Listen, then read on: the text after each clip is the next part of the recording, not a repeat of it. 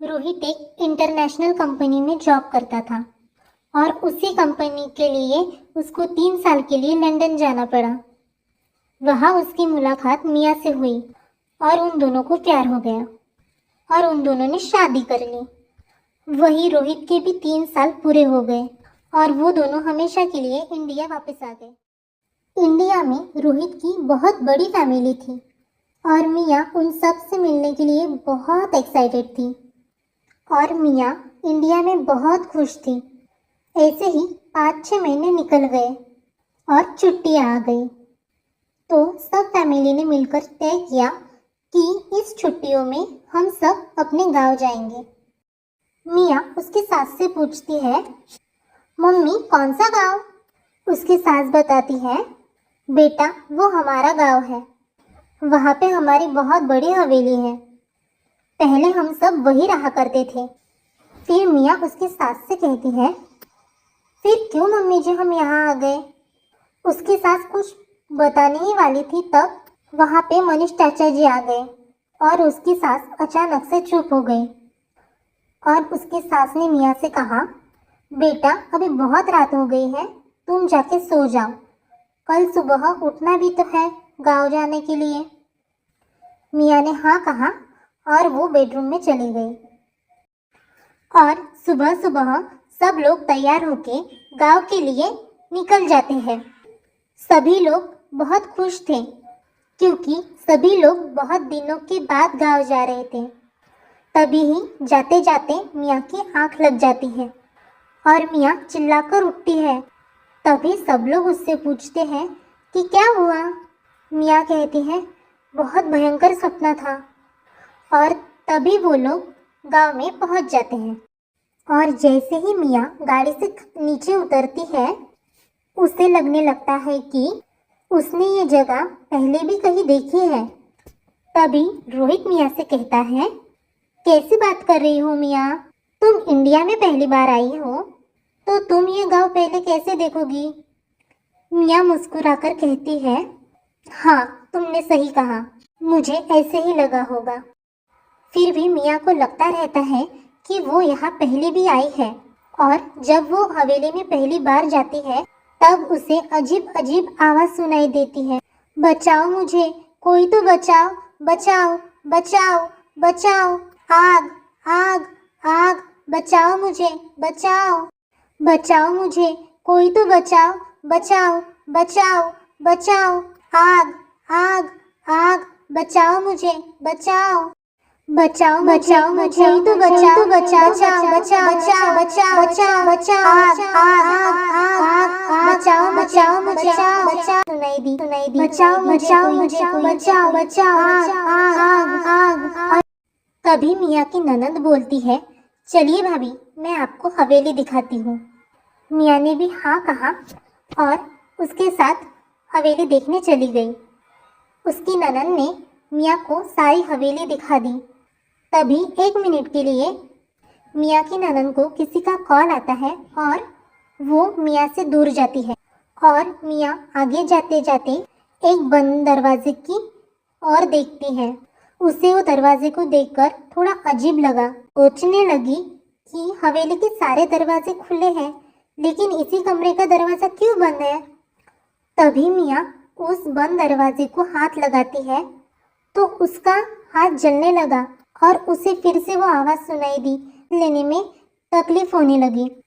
तभी घर के सारे लोग वहाँ आ जाते हैं और मिया को उठा के बेडरूम में ले जाते हैं।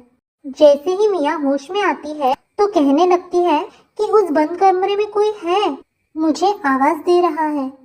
तभी मनीष चाचा जी चिल्ला कर बोले, कोई नहीं है वहाँ और कोई ज़रूरत नहीं है तुम्हें वहाँ जाने की, और गुस्सा होके वहाँ से चले जाते हैं। तभी उसकी सास उसे कहती है, बेटा कुछ नहीं है वहाँ, तुम्हें वहम हुआ होगा, तुम चिंता मत करो और सो जाओ, कल सुबह घर में पूजा है इसलिए तुम अभी सो जाओ, कल सुबह जल्दी भी तो उठना है ना। और हाँ, उस कमरे के बारे में ज़्यादा मत सोचो, कुछ नहीं है वहाँ पे। ऐसा कह के सारे लोग वहाँ से निकल जाते हैं और सो जाते हैं। और सभी लोग जाने के बाद मियाँ रोहित से कहती है, चाचा जी ऐसे चिढ़के क्यों गए और क्या है उस बंद कमरे में? तभी रोहित उसे बताता है कि पहले वो कमरा मनीष चाचा और रागिनी चाची का था और उस कमरे में आग लग गई थी और उस आग में रागिनी चाची फंस गई थी और उसी हादसे ने चाचा जी की जान ले ली और तभी से चाचा जी ऐसे चिड़े चिड़े रहते हैं। चाची जी के जाने का सदमा आज भी चाचा जी सह नहीं पाए हैं और चाची जी के जाने के बाद हम ये हवेली छोड़ के दूसरे गांव में शिफ्ट हो गए। और ये बात सुन के मियाँ को बहुत दुख हुआ और तभी रोहित बोला कि चलो अब बहुत रात हो गई है, हम सो जाते हैं। मियाँ हाँ तो कहती है, लेकिन फिर भी उसे बहुत कुछ अजीब लग रहा था।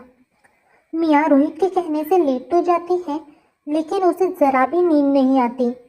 कुछ देर बाद मियाँ को प्यास लगती है और वो पानी पीने के लिए किचन में जाती है।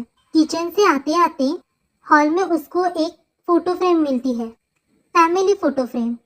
उसने उसके पास जाके देखा तो वो फ़ोटो मनीष चाचा जी और रागिनी चाची के शादी में खींची गई थी। मियाँ उस फ़ोटो फ्रेम में रागिनी चाची को देखती है और जैसे ही वो उस फ़ोटो फ्रेम को हाथ लगाती है तो रागिनी चाची के फ़ोटो में से अचानक रागिनी चाची की आँख से खून निकलता है और उसे फिर से वही आवाज़ें सुनाई देती है, आग आग आग, बचाओ मुझे, कोई तो बचा, आग लगी है यहाँ पे, इस कमरे में आग। बेचारी मियाँ पहले ही इतनी डरी थी और भी डर गई और वो भागते भागते कमरे में चली जाती है और वो सोचती है कि मैं कल ही सबसे कहूँगी कि हम अपने घर वापस जाते हैं। और वो ठान लेती है कि जैसे ही कल घर की पूजा खत्म होती है, मेहमान जाते हैं, तो हम भी हमारे घर वापस जाएंगे। ये बात मियाँ मन में ठान लेती है और यही सोचते सोचते मियाँ की आँख लग जाती है और सुबह हो जाती है। घर में पूजा थी तो सारे ही लोग अपने अपने कामों में व्यस्त थे। मियाँ पहली बार ऐसी पूजा देख रही थी, इसीलिए वो बहुत खुश थी और उत्साहित भी थी, लेकिन मन ही मन उसे कल की चिंता सताई जा रही थी। वो कितना भी खुश हो ले, लेकिन उसे कल वाली बात भुलाई ही नहीं जाती। और तभी घर में मेहमान आने भी शुरू हो जाते हैं और तभी घर में चाची जी के मम्मी और पापा आते हैं और मियाँ की सास उनसे मियाँ का परिचय कराती है। मियाँ रागिनी चाची के पेरेंट्स से पहली बार ही मिल रही थी, लेकिन पता नहीं क्यों उसे उनसे बहुत अटैचमेंट फील हो रही थी। उन्हें देखकर मियाँ को बहुत अपनापन लग रहा था। मियाँ को ऐसा लग ही नहीं रहा था कि वो उनसे पहली बार मिल रही है। अभी मियाँ पानी पीने के लिए किचन में जाती है और फिर से उसे वो आवाज़ें सुनाई देती है। अभी मियाँ पानी पीने के लिए किचन में जाती है और फिर से उसे वो आवाज़ें सुनाई देती है, बचाओ मुझे, बचाओ बचाओ, आग, बचाओ मुझे, आग लगी है यहाँ, बचाओ बचाओ। मियाँ और भी डर जाती है और उसे अलग ही बेचैनी फील होती है।